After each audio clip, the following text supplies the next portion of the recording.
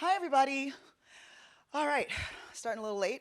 Microphone always makes me feel like I've got like this big crowd, but it's actually just us. So, hello, everyone. I'm Lex Smith, Washington. Oh wait, I think it's Yeah, I closed it because I thought they were going first. So. Oh, okay.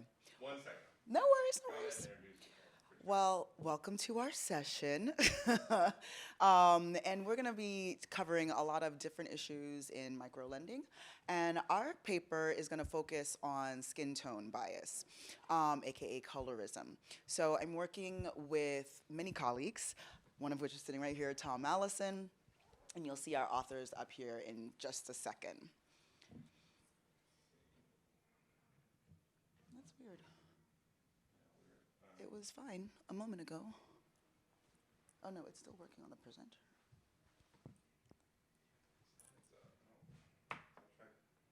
Disconnecting and reconnecting.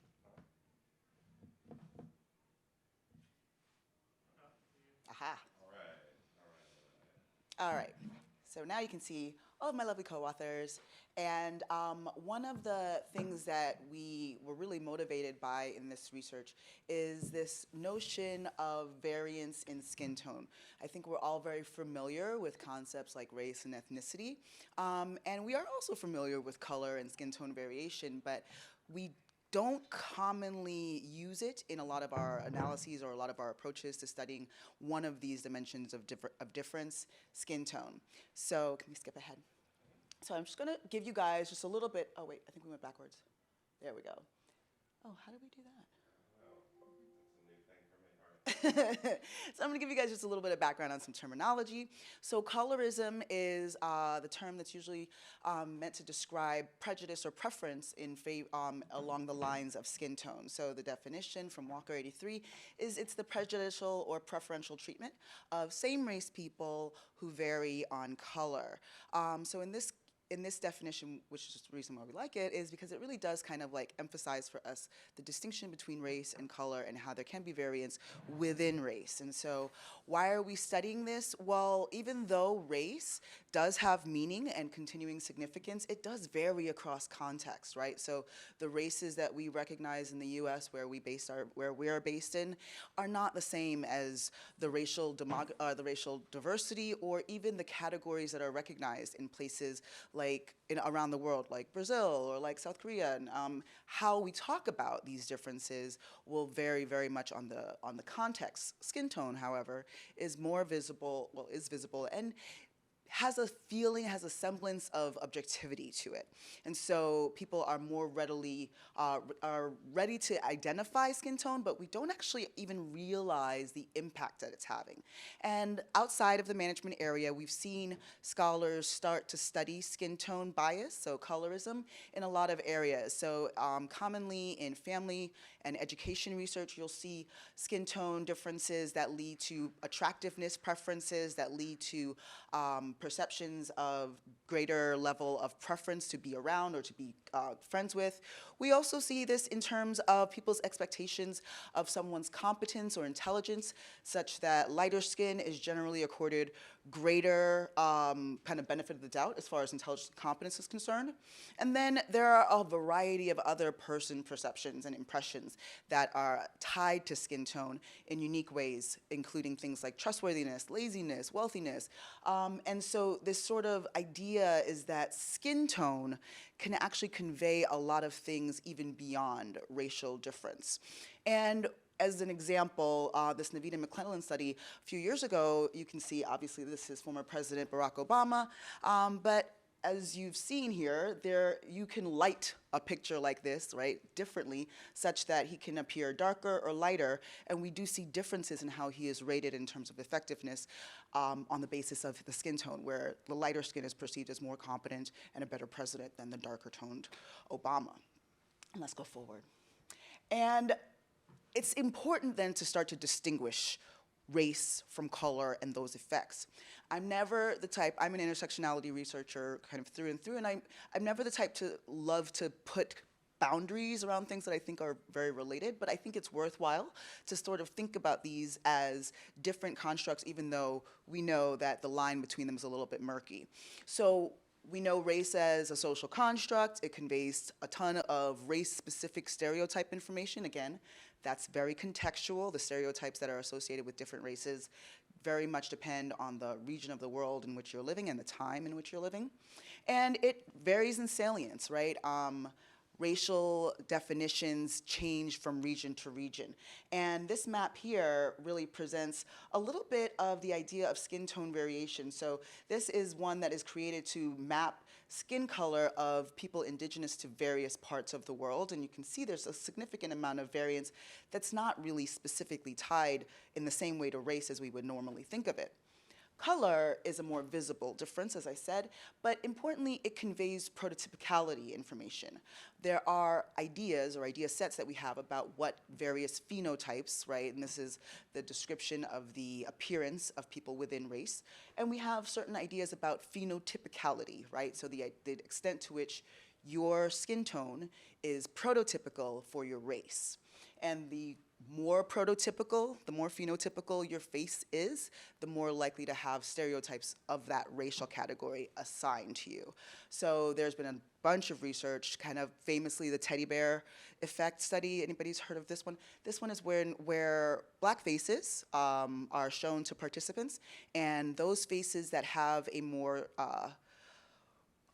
symmetric, round, kind of cuddly teddy bear look among black male faces are generally accorded perceptions of higher warmth and general niceness and reduced fear and anxiety in perceivers. And this has to do with the idea that that phenotypical appearance is not as black as some other appearances. And so in this study, the Ronquillo study, you can see black men and white men, same black man, same white man, but varied in color digitally.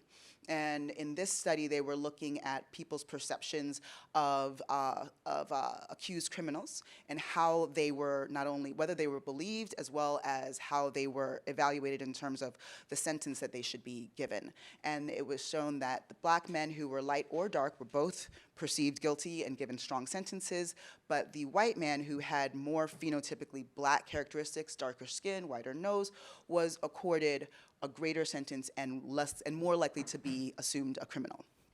So we can go forward. So one thing that comes out of this research is that phenotypicality tends to activate stereotypes in a big way, and we see people applying them. And we think, in part, this might have to do with the fact that we are so comfortable talking about race, or maybe uncomfortable, but we have a much more rich vocabulary to talk about race than we do color. So we can go forward. And this is interesting because one of the things that happens is some races we think of as very phenotypically tight, right? So when we think about white or some East Asian races, we think about skin tone as being kind of falling into a very tight, very tight band.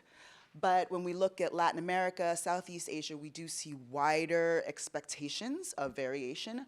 And so here are just some examples of skin tone variations and the impact thereof, right? And so, you know, starting with, obviously this is a cartoon, not real life, but the idea of massive variation all within one color as depicted in Encanto is really kind of common in Latin America and other places in that diaspora.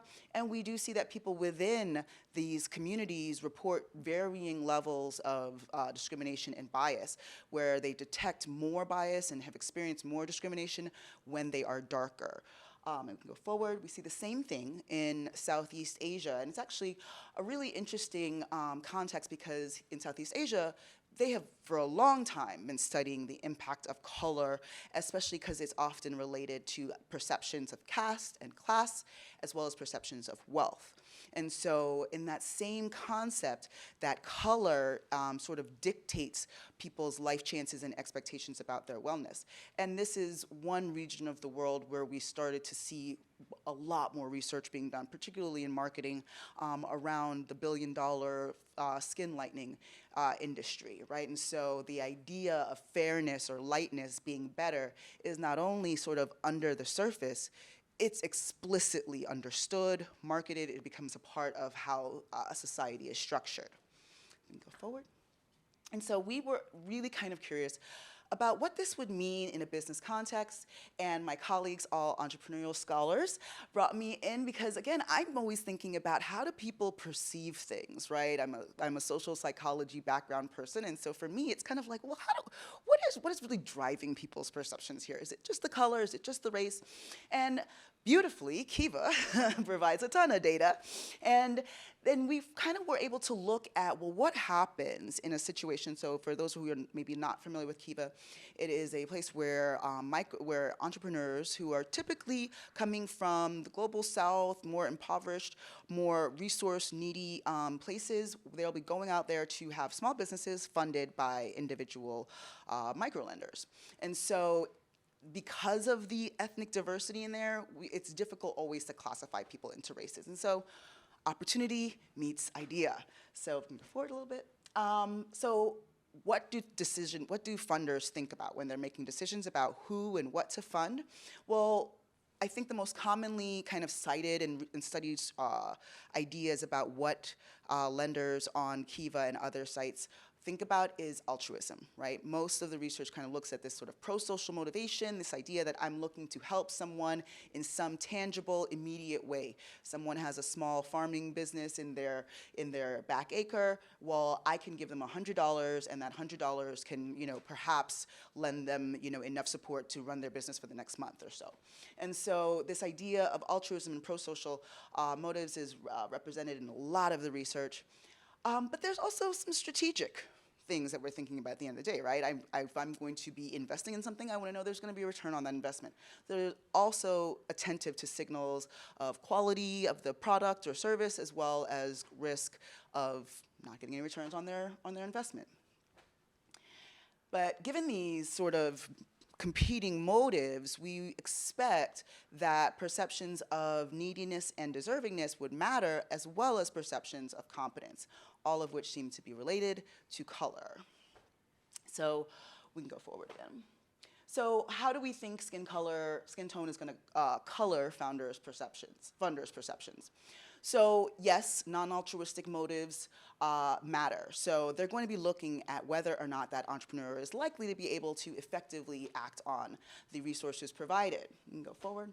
And so the downside for darker complected people is that dark skin tone conveys information, right? Like I said, we develop person perceptions immediately, especially on phenotype. So dark skin generally is accorded lower ratings of competence, lower ratings of intelligence, and also even lower ratings of physical attractiveness, which we know drives behavior. And so at the end of the day, this all leads to the presumption that, you can slip forward, we should expect lighter-skinned entrepreneurs to receive greater funding because darker skin is associated with negative stereotypes.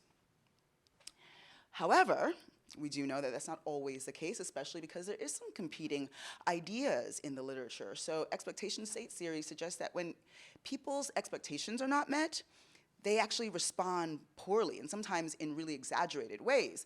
And so given that darker skin is associated with lower wealth, lower ability to kind of create on their own, then the idea that a lighter skinned person might need help, might be needy or in need of assistance, can actually violate expectations. And so one idea that falls out of this is that, well, if darker skin is actually the one that's associated with neediness, then we should expect lenders to be more likely to respond well to and fund darker-skinned entrepreneurs. So putting those two together, we can go forward again. At the end of the day, is this an intersectional thing? Are we seeing that perhaps there might be a couple things happening at once? Are lighter-skinned entrepreneurs of color, right? So those who are in racial minority categories, are they always going to be getting greater funding? And we actually make the prediction that there will be a curvilinear effect, such that we expect that inverted U, that N-shaped thing, where we're going to see people sort of in the middle receiving the peak in terms of lending. And now I'll turn it over to my colleague, Tom, who will describe our methods. Okay, so in terms of methods, this is an archival study, clearly. So we used 40,000 images of entrepreneurs, along with their matching profiles, right, with the loan outcomes. The dependent variable was whether or not the campaign met its funding goal. As said at the beginning of the campaign, binomial models number of robustness tests, controls, et cetera, et cetera. I think the measurement of skin color is probably one of the most interesting features of the study. So there's a number of approaches in the literature. It's common to ask people to look at what's called a skin tone palette, compare that to themselves, and evaluate kind of what matches them the most. Clearly, we weren't going to have the opportunity to talk to 40,000 entrepreneurs, and obviously that kind of reduces what could be a continuous measure down to kind of categories. So we actually used some facial recognition software to find the same point in each entrepreneur. We took kind of the mean, the average of these 2 points on the cheek, which is based on the calculation of where that is relative to the eyes and to the nose. 1 second, I have a system message there. All right. And I just said all of this. And I think there are a lot of benefits to it. It prevents coding bias. So another approach would be for the authors to sit down and code these. There's merits there, right? But I think this probably generalizes pretty well. And here's what those measures look like. So this luminosity function, you can see ranges from close to 0. This is, again, based on 8-bit math. So starts out at 0 and maxes out at 1. There were 255 values, and then we linearly transform those. And yeah, we do actually find the relationship we hypothesized. And where we're most kind of interested in, and we have about 5 minutes for audience questions. We're coming up on our 15 minutes here. Are why, right? And that's where we're taking this study forward. So we think that the racial stereotypes might suggest that there are differences in competence, like Lex was saying. We were hypothesizing that these might be stereotype-consistent pitches might be granted greater funding.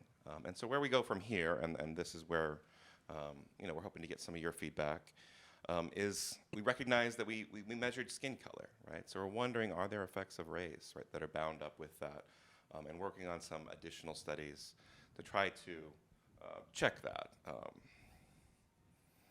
In terms of contributions, I think we're drawing attention to the fact that when we only study race, right, we're missing a broad-based kind of bias that could be shaping the outcomes that entrepreneurs have and in terms of raising money. And obviously, we think that this is generalizable kind of beyond Kiva, because at least in concept, this is a fairly universal bias, sadly, and that's why we need to understand it. So with that, we stand for your questions and comments and suggestions. We have about 4 minutes for that.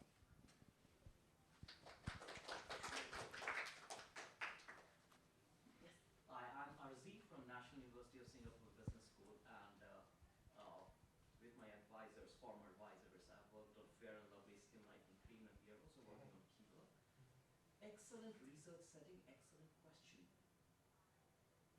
Kiva lenders are socially minded. They're not commercially minded, right? Absolutely. And the fact that you are seeing this lighter skin color bias even in the sample of socially minded investors is intriguing. I was just wondering, in terms of the next steps when you're actually thinking of running randomized experiments, maybe randomizing, I don't know how you will do it, but whether these effects are also observed or observed more when it comes to commercially minded investors. So that was commercially minded investors versus socially minded investors, given that the type of investors select into Kiva lending platform. That was one question. The second question was, are you thinking about intersectionality with gender as well?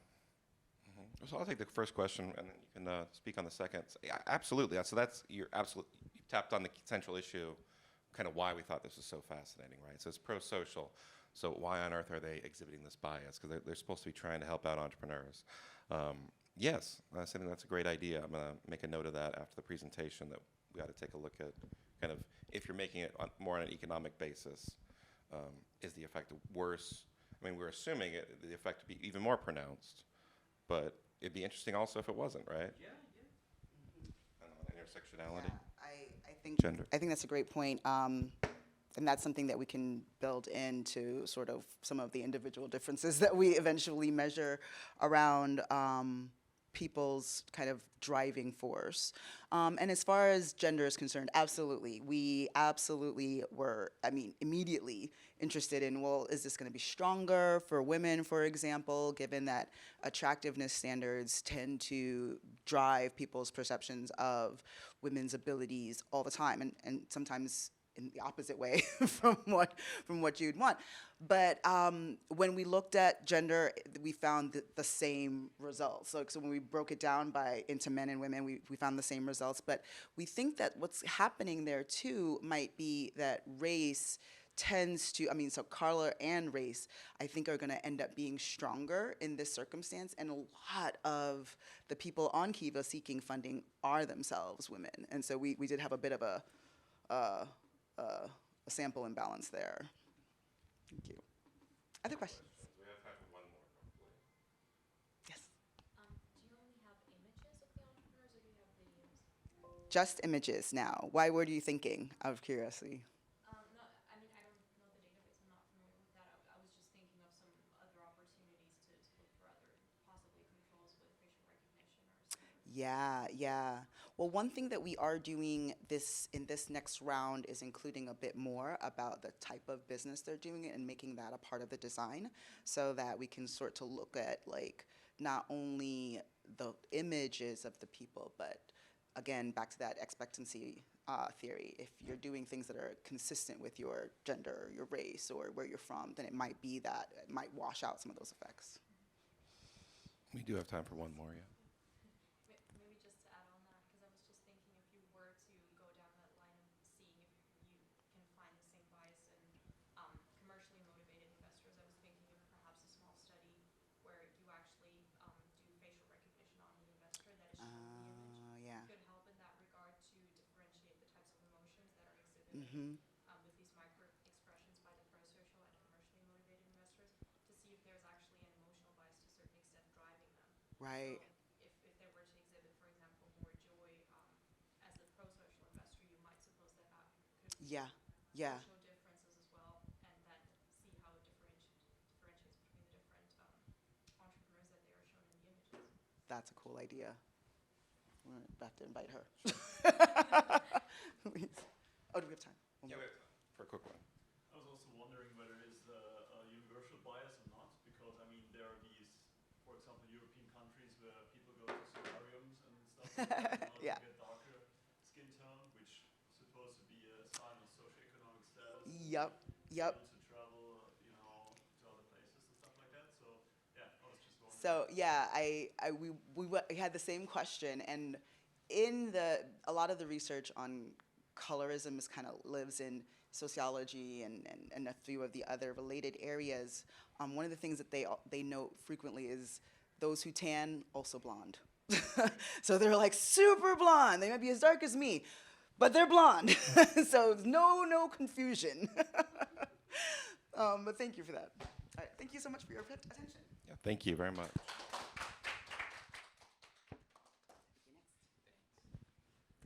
Just flip it up to go on.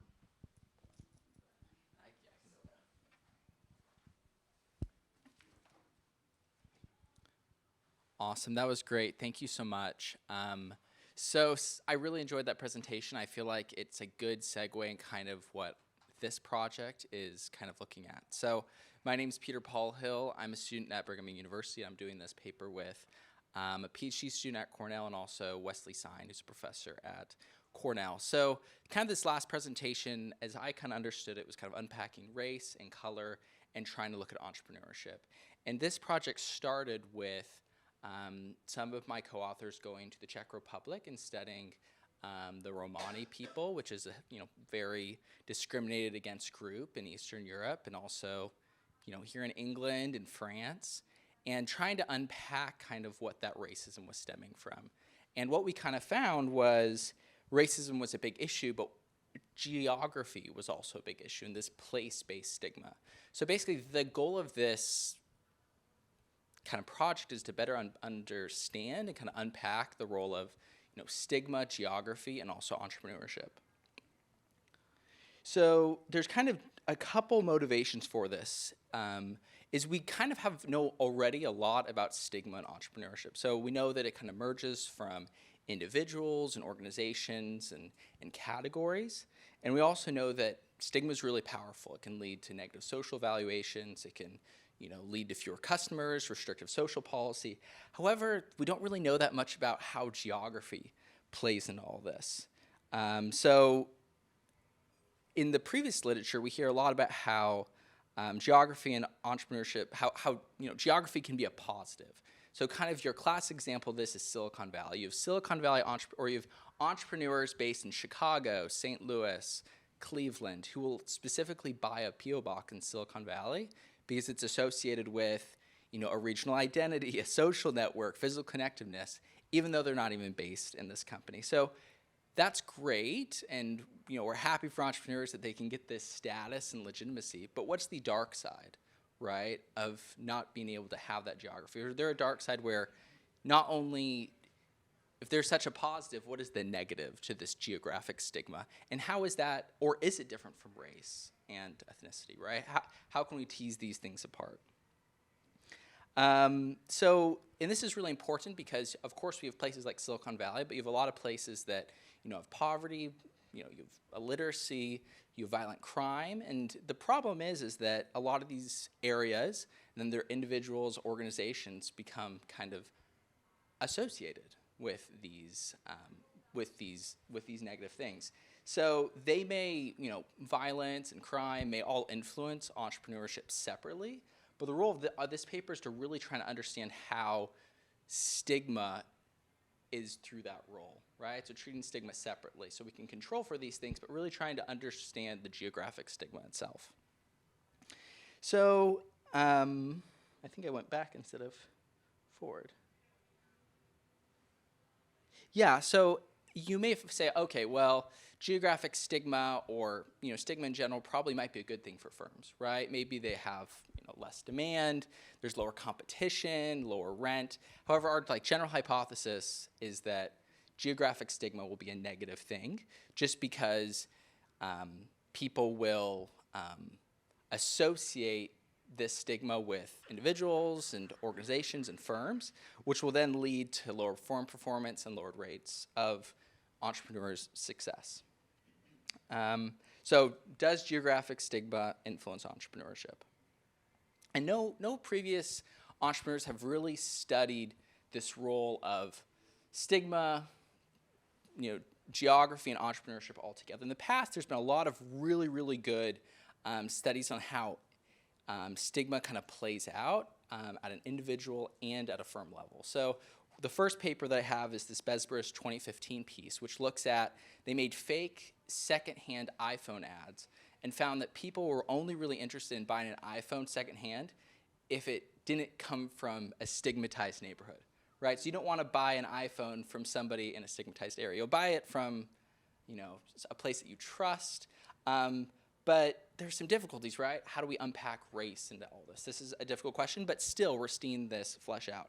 Mombasari 2019 was also a great where we kind of leveled up from the individual to the firm, where we see that you had firms that were right after they're exposed to violence. When they're hiring, they don't want to hire black employees because they feel that black employees are associated with these negative things happening to the firm. So we see this at both at the individual and the firm level, stigma kind of playing this role for minorities and ethnic groups. And I've kind of brought this up before, but, and this is very clear, right, is how do we separate this geographic stigma from race and ethnicity? And I'm going to get into this more, but I just want to keep that in the back of your head because that's kind of, I think, one of the big value propositions of this project. So basically, overall of our theory, basically we theorize that kind of stigma, maybe for firms who experience stigma, maybe we'll have less competition and lower fixed costs, but we also believe that they're going to be perceived as lower quality and assumed to kind of embody these negative characteristics from the community around them. While firms with no stigma, they'll have more competition, higher fixed costs, but we don't believe that there's going to be any sense of geographic stigma. They'll hurt them. So to do this, we're kind of proposing an audit study. And just before I kind of mention these methods, So my co-authors spent 1 month and 4 months respectively in the Czech Republic, where kind of all this work is built off of qualitative work that was first done, and now this is kind of our quantitative approach to kind of get at this more. But kind of this quantitative second step is this audit study where we're first going to kind of help us control for selection effects of neighborhood. And we're basically going to do a confederate design. So we're going to have firms in stigmatized area and non-stigmatized areas, and we're going to be asking or requesting information about an entrepreneurial loan. And so how are we going to do that? So this is starting the next about 3 weeks, but we're going to vary 2 major things, and basically what you can imagine is a 2x2 research design. So one is the firm's geographic location. So basically found places that are stigmatized and that are not stigmatized, and these are pretty clear to see due to legacy, imprinting events, and also just how the media talks about these places. And then also vary race, which is always difficult to do, but we have some really good measures with firm name that we're going to do this. So, pretty basic 2x2, and I think that should be pretty clear, right? We have minority founder, non-minority founder, firm in a stigmatized area, firm non-stigmatized area. And what's really key about this is that we can kind of really start to unpack this race question or wave from geographic stigma, which we think, obviously there's things to be said about stigma and race being tied together. That's very clear, but kind of understand this geographic aspect is something that we believe is important to do. So we have a lot of outcome variables of interest, response, time to response, and information as requested from are kind of our big 3 that we're looking at. So our hypotheses and kind of what I've said is it's understanding, does geographic stigma exist, and more specifically, how does this vary and different with stigma from race? So kind of 2 contributions or things that we're really excited about with this paper is one, just to kind of introduce the idea of geographic stigma in general. There's been a lot of really good stigma research, especially, 2017, 2018, there's been a lot of really good stuff in the management literature and the strategy literature. But we really feel like this is something unique. And second, and kind of I have more of a sociology background, but really trying to unpack race and geographic stigma is something that we're really excited about. But really excited for your comments, and thanks so much.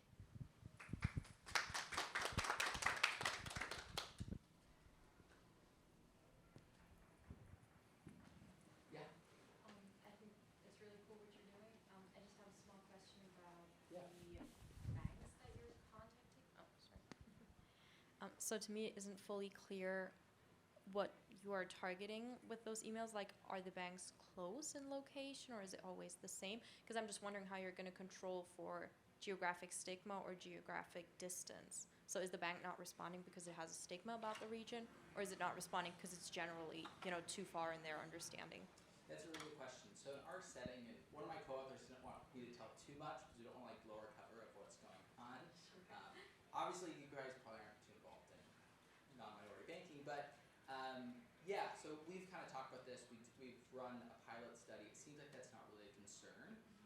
Banks will always kind of respond from any distance, and at the very least, they'll always forward the email. So in that time, maybe there's kind of like a reclassification of instead of response, you're forwarded to the next bank. So, but it seems like that's not really a big concern in the setting that we're looking at. So, but it's a great comment. Thank you. Excellent research design, in particular the randomized experimental manipulation. This question is so difficult to neatly identify. I was just wondering,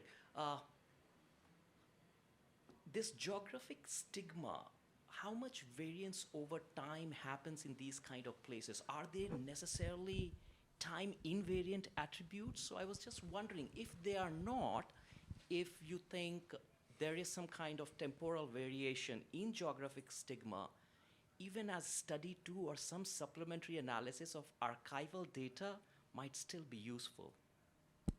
Yeah, I think that's a really good question. I would totally agree with that. And I think the reason why there is, of course, variation, and one of the reasons why we picked the context that we did, is that this history is just so salient. I think every country and culture kind of has their baggage with race and ethnicity, but I feel like picking something really salient allows you to get like some type of treatment effect, but you're right, like sometimes it's gonna be strengthened or decreased just due to what's going on in the media or certain events. But we do have we've kind of mined some archival data that we're going to use, and I think that'd be a great substitute to also kind of append to this.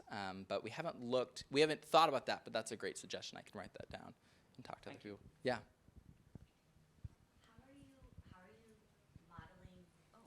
modeling the nomadic nature of the Roma and the fact that they move seasonally and sometimes move to different parts of the city? Yeah, that's a really good question. So it was my co-author that lived in the Czech Republic for like 4 months to look at this. And so it's true, there is some nomadic nature to it, but you also have in the Czech Republic and in Romania, you have like established cities that are Roma or not Roma. And so we're looking at those cities. So those are cities that are like 95% Roma. And even though there's probably migration and a nomadic nature to it, everybody knows that it's a Roma city and there's a stigma around it. So I feel like that classification is a little bit easier to get around just through these like cities or places of interest. But Yeah, in that context, they're a little more established settlements. yeah, the Czech Republic, yeah, for sure. Thank you.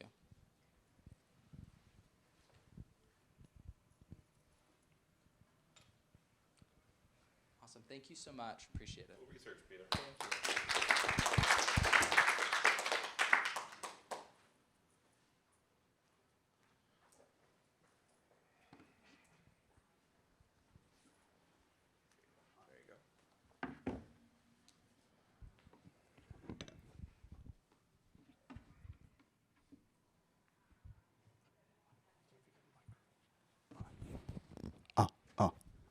So thank you. My name is TK from Korea Advanced Institute of Science and Technology.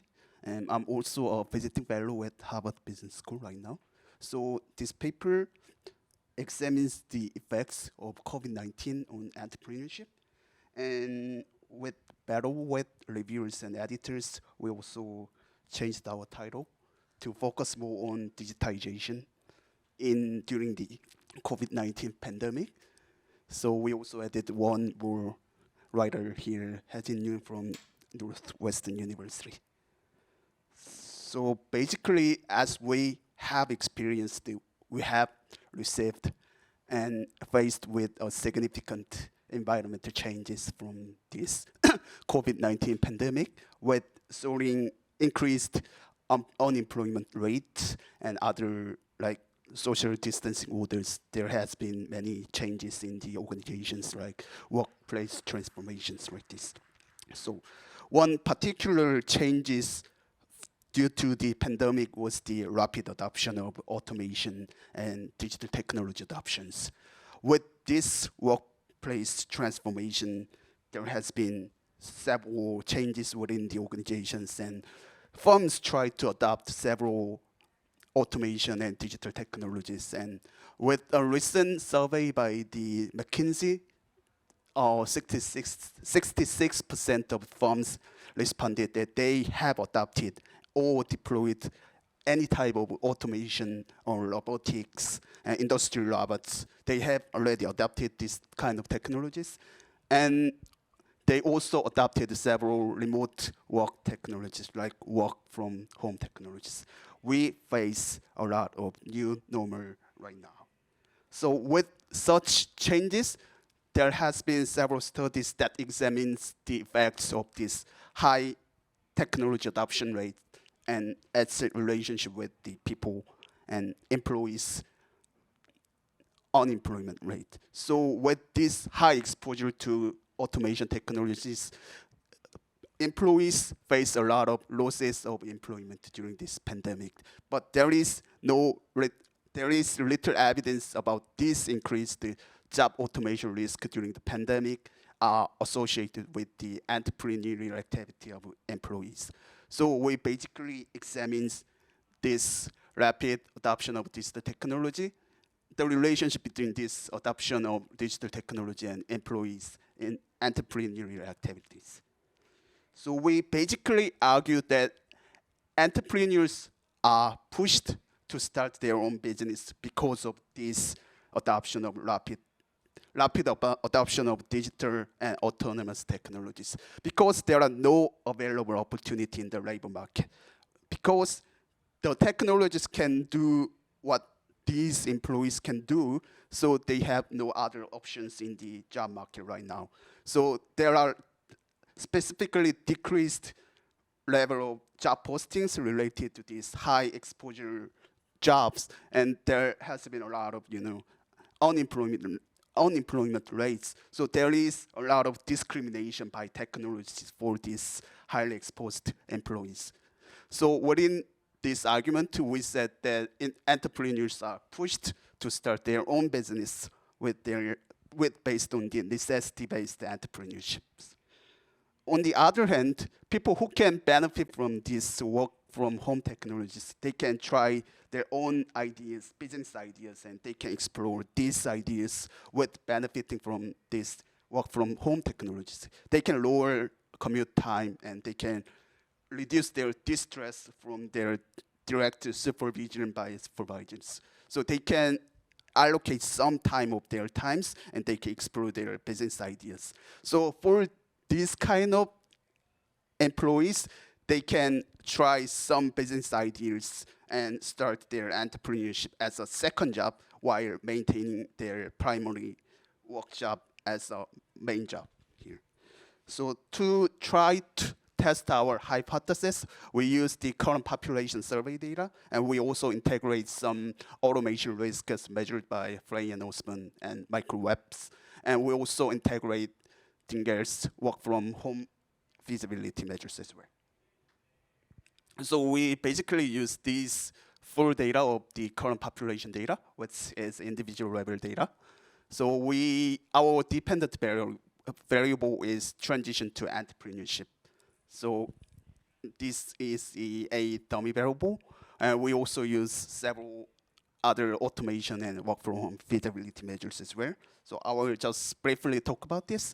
So Frey and Osman's measure about the computerization score for around 700 jobs. And Microweb also measures some robot exposures data here, and Dinger measures work from home feasibilities. We integrate these two individuals' jobs based on the ONET data. So we basically divided the COVID-19 area into two periods.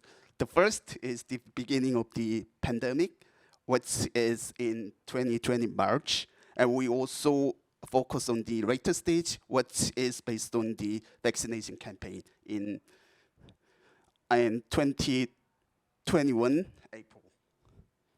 So we basically use this linear probability model, LPM, and we interact with the robot exposures with the COVID-19 area. So our sample is like this. So around 5 million data is based on as our observations. So as you can see from the results, there are several significant relationships between entrepreneurship probability with the exposure to technologies, including both robots and computerizations.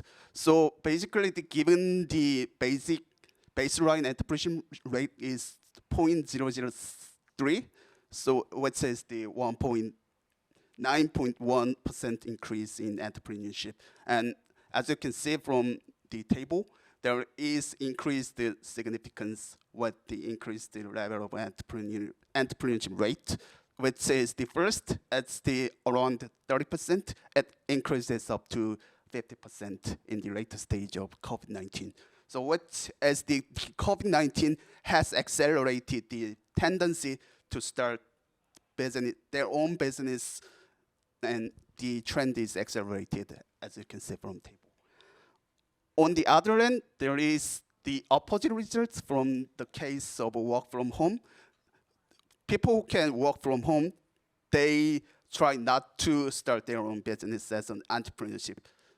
They have faced a lot of significant and tough labor market so they don't want to lose their jobs. So they just try to test their business opportunities and explore their business ideas while maintaining their primary jobs. So there, as you can see from the right side, transition to entrepreneurship as a second job, there is a significant relationship here. So we also test the mechanism of these robot exposures. We also compare the recent significant environment change, what as the Great Recession in 2008. The lower score means the high probability of being replaced by robot and other autonomous technologies. So in the case of the Great Recession, there is no significant difference and decrease of robot exposures. But as you can see from this COVID-19 pandemic, there is significant drops, which means higher probability of being replaced by these autonomous technologies. But it never recovered here, as you can see. So the trend to be exposed to this automation and digital technologies has been accelerated during this pandemic. You can also see the same pattern using the other measure of the computerization. As you can see, the same pattern is observable here. So as you can see from here, there are several trends between the robot exposures and other types of this. So in the case of analytical or interpersonal cases, there is negative relationship between robot exposures. But in the case of routine and manual jobs, they have a positive relationship between these robot exposures and entrepreneurship rates. So in the jobs that can be done by manual or routine, there are higher probability of being replaced by automation and digital technologies. And in the case of work from home here, so these some jobs like productions here, they have higher chance to be replaced by automation and digital technologies, which cannot be done at work at their own home. So these jobs that cannot be done at home, there is higher probability of being replaced by this. So there we show this pattern of the automation boom by new technologies. So in summary, so workers who face a lot of job loss due to these automation technologies are more likely to lose their current jobs, so they choose entrepreneurship as an alternative career path. So what is, we didn't show the results, they are likely to start the business, their own business entrepreneurship based on necessities. So what means they start their business with low quality. So what raises some issues regarding entrepreneurship in the later stage. So there might need some political considerations for these entrepreneurs. In the case of people who can work from home, they can start their business they can start entrepreneurship as a second job. So they may start good business with using these opportunities. So basically, this is all I have. Thank you.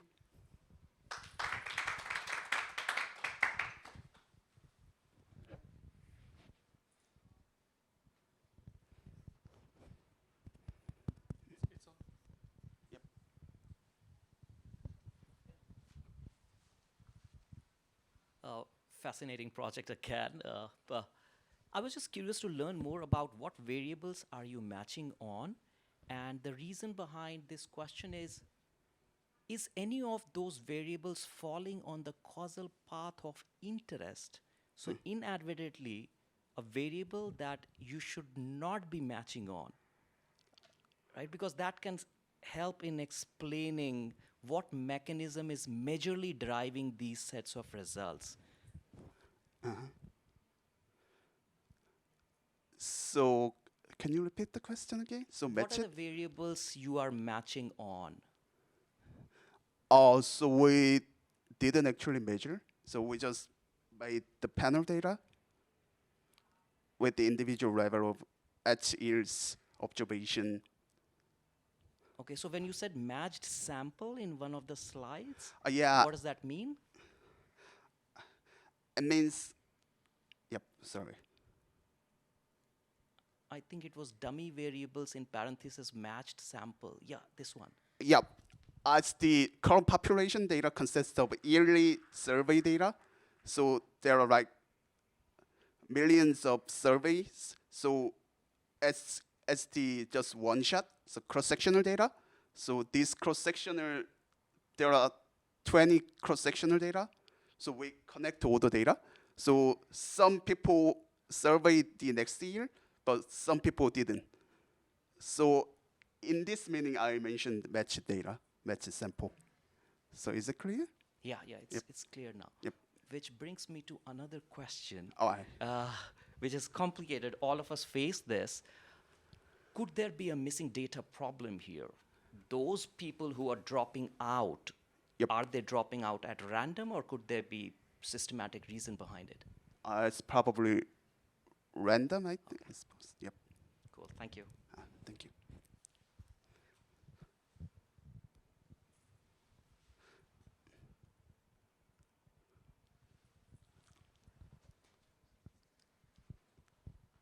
So yes, a very fascinating study indeed. I was wondering about one of the implications you had mentioned, that those people that were working from home would have more time to test their business idea in their work time. And I was just wondering if that is something that you have collected data on, and like if there is any survey data that indicated whether people were doing this, or if this is one of the implicit assumptions that you're carrying forward throughout the paper. So this is the results of this implication. So we haven't explored any underlying mechanism of these decisions and why they choose this type of decisions. But this is just primarily. So probably we have to dig more into these issues. Yep. Because perhaps that might be something that would be interesting to explore more through a survey, because that would indeed show, you know, if that is a necessary precondition, maybe even for them to move into entrepreneurship, to actually have the time to test this business idea or develop it in their working time from home. Yeah. Thank you. Yeah, I think that's a great idea. Thank you.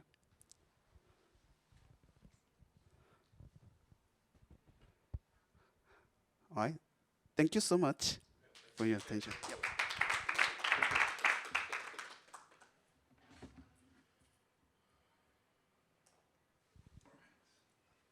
Well, thank you for your attention, and I hope you guys have. Oh, sorry. So, thank you for your attention. I hope you all have a wonderful rest of your conference. Do we have any closing thoughts?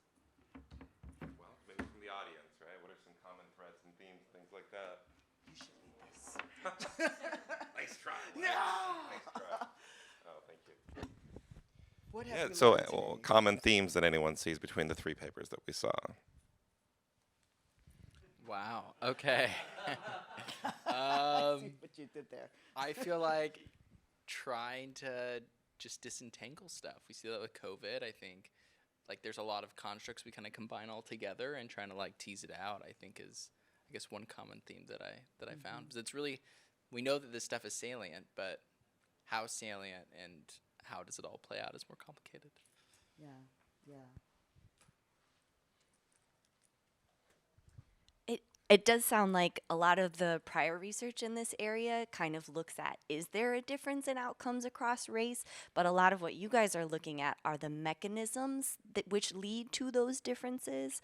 I mean, colorism, exposure to various things in the work environment, as well as current events, location, all of these things, because obviously like there's so much more that's happening with like race and communities and geographic location.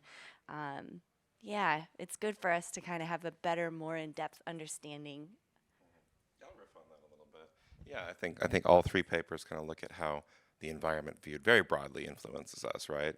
Whether that's as close in as, are you working in a cube or at home, or are you in a region that people associate with a stigmatized group, or in our case, are you, do you look like communities that from time immemorial have been kind of treated unfairly, right, and viewed as having a different status. And I guess status is also kind of a common thread, right? You know, one of the things too, like I think that came up in an earlier session I was at, that this session really does comment on. Somebody asked, are we should we be categorizing people like into racial categories or into gender categories? And, I think we absolutely should, but we should also be looking at the nuance and what question you're asking, right? What question you're asking should determine what categories and what categorical nuances you should be examining. So I'm loving that we're actually moving in the direction of letting our questions drive how we categorize, what indicators we look at to make sense of the patterns in our data. Chime in? Don't have to. I feel like the room got a lot hotter in the last hour, so glad it's not just me. Any other summative comments? All right, well, great being here with everyone, and hope everybody has a good rest of the conference.